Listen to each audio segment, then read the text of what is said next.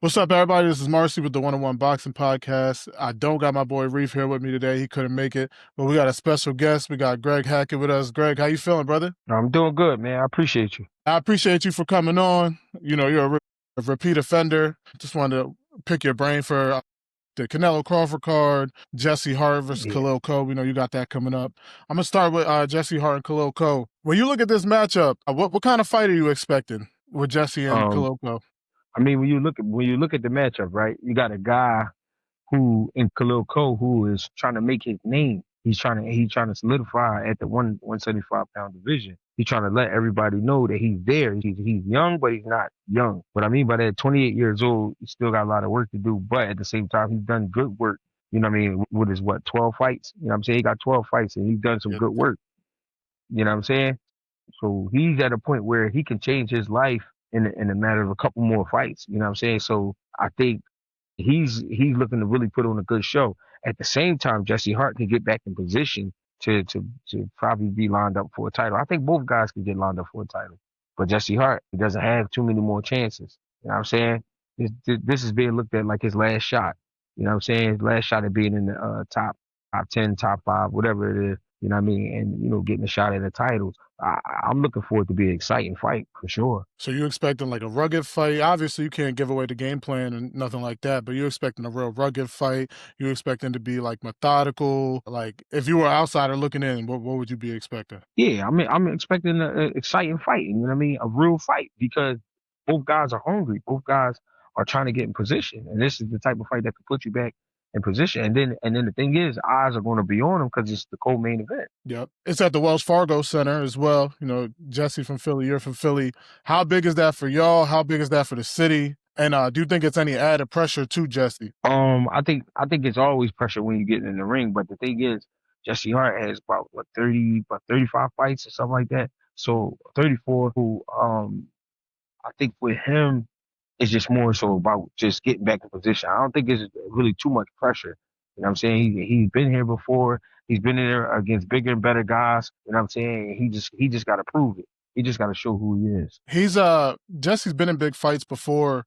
You know, he's had 2 close fights with Zerto. He's definitely been in some big fights. Do you think his experience will help him I overcome Coe? I think that's going to play a part in it. I don't think that'll be the major part, but I think that's definitely going to play a What do you think is something that's underrated about Jesse that people might overlook, or maybe part. Coe is overlooking? Underrated. Okay. Yeah, I think that's what makes him a dangerous fight for anybody. I don't think it's really anything you could say is underrated. You know what I mean? It's tough to. He's a tough task for anybody. You know what I'm saying? After Jesse wins, where does he go from here? We've seen him call out Benavidez. We've seen him call out Edgar Berlanga. Where would you want to see him go? I mean, I think any of the names, any of the guy who's supposed to be somebody at 175 pounds. You know what I'm saying? Whether they coming up or they there already, I think it'll be one of those guys. I think that's it's proper. You know what I'm saying?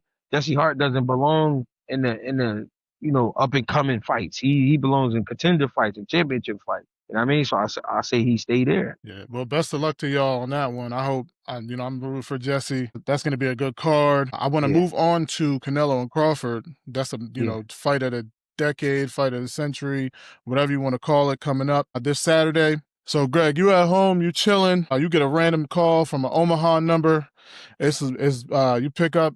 It's like, yo, it's Bomac. We got Canelo coming up. Can you help me come up with a game plan? What would you tell him? If Bomac called me, Yeah. Oh, um, no, yeah. I mean, first, as far as the game plan, of course, you wanna have a sturdy jab for Canelo. You know what I mean? The biggest thing I think I would want to work on is timing. Timing because Canelo will give you openings, but it's dangerous in between those openings because it's always a big shot behind the opening. You know what I mean? So the jab, the timing, the body work, you know what I'm saying, and being stronger in the second half of the fight. Do you think that Bud can hurt Canelo? I think any man could be hurt in that ring. You know what I mean? Here's the thing about guys getting hurt. Sometimes when guys get hurt, I mean, it's clear it's a great shot and we can see what happened. But then a lot of times guys get hurt or get buzzed or get hit with a great shot. And because they have a great poker face, you don't ever know it. You know what I mean? We can't see it. So I think any man could be hurt for sure. Just to add on to that question, do you believe that Bud can carry that same grit and stamina at the higher weight class, even with Canelo, like, leaning on him, punching on the shoulders, punching the arms. Do you think he can still withstand that down the stretch against a guy like Canelo? I mean, that is the biggest question. I don't know honestly, but I think so. But that's just me thinking. We're gonna have to really see it to know. Can you do it reverse now? Can you give me a game plan if Eddie Reynoso called you? If it was for me, it would be about shortening up his shots. You know what I mean? Working on Canelo's speed, working on his combinations instead of the power shot. Of course, going to the body, and also a jab. You know what I mean? A really good jab and some footwork too, picking up his feet and not really pressing so much, but cutting the ring off more. You know what I mean? So what do you think about Canelo coming out like on the straight Mexican style, like kind of like Pitbull or Zepeda, just coming out just swinging? I mean, to be honest, I could see that early on. I could see that in the first round, and the reason I could see that is because you know how when you in a fight, your body got to warm up. So it's the same for your chin. Your chin got to warm up too. You know what I mean? So you get hit on a cold chin, you can go out. You feel me? So man, I could see the Canelo doing that in the first round, like coming out there and really bombing, trying to make something happen. But it's all depending on if Bud is right in front of him or not. Do you see this being a chess match? Or do you see it being do you think a fight's gonna break out? Do you think it's a chess match? Yeah, I think it's definitely gonna be a chess match because it's a lot changing in this fight for Canelo. What I mean by that is Canelo is used to fighting bigger guys, and what happens when you fight bigger guys, those guys are slower and they're bigger targets. So he gets away with a lot of the things he do. When you fight a smaller guy who's a boxer, you know what I mean, it's gonna like it's everything is going to like speed up, but it's going to be coming from a shorter distance. So Canelo got to be sharper, you know what I mean, than usual. And the same for Bud, but Bud is more used to fighting guys his size than Canelo is. Canelo has been used to been fighting bigger guys. Okay.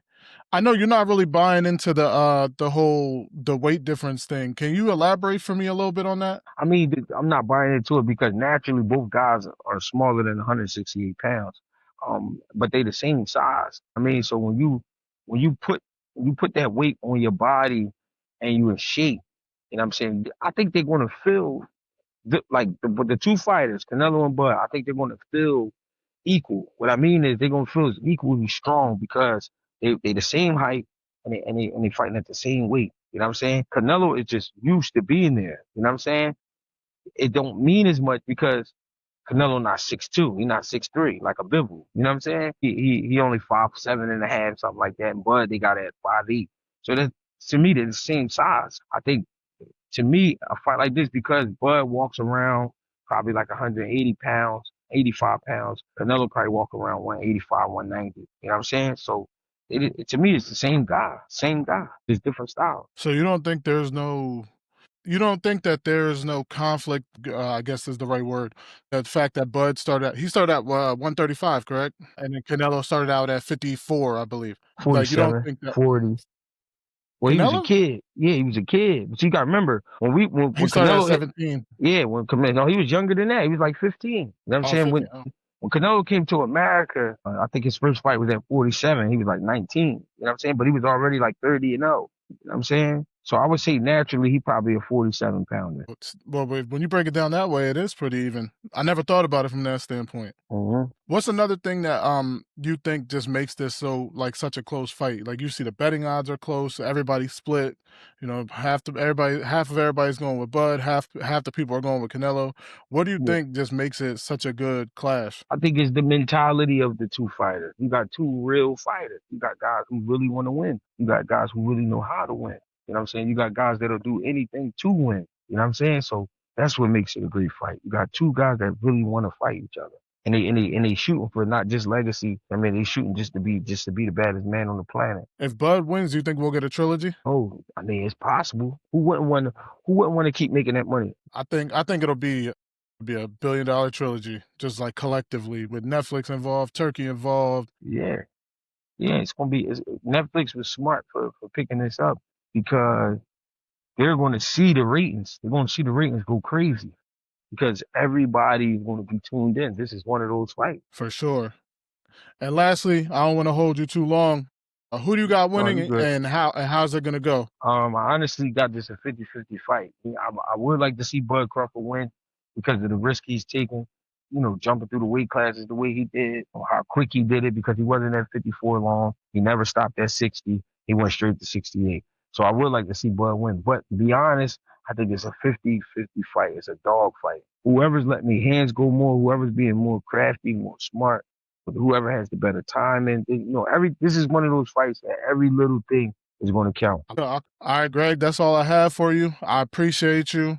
Thank you for coming on, and we'll have you on again at some point. Until next time, 1 of 1.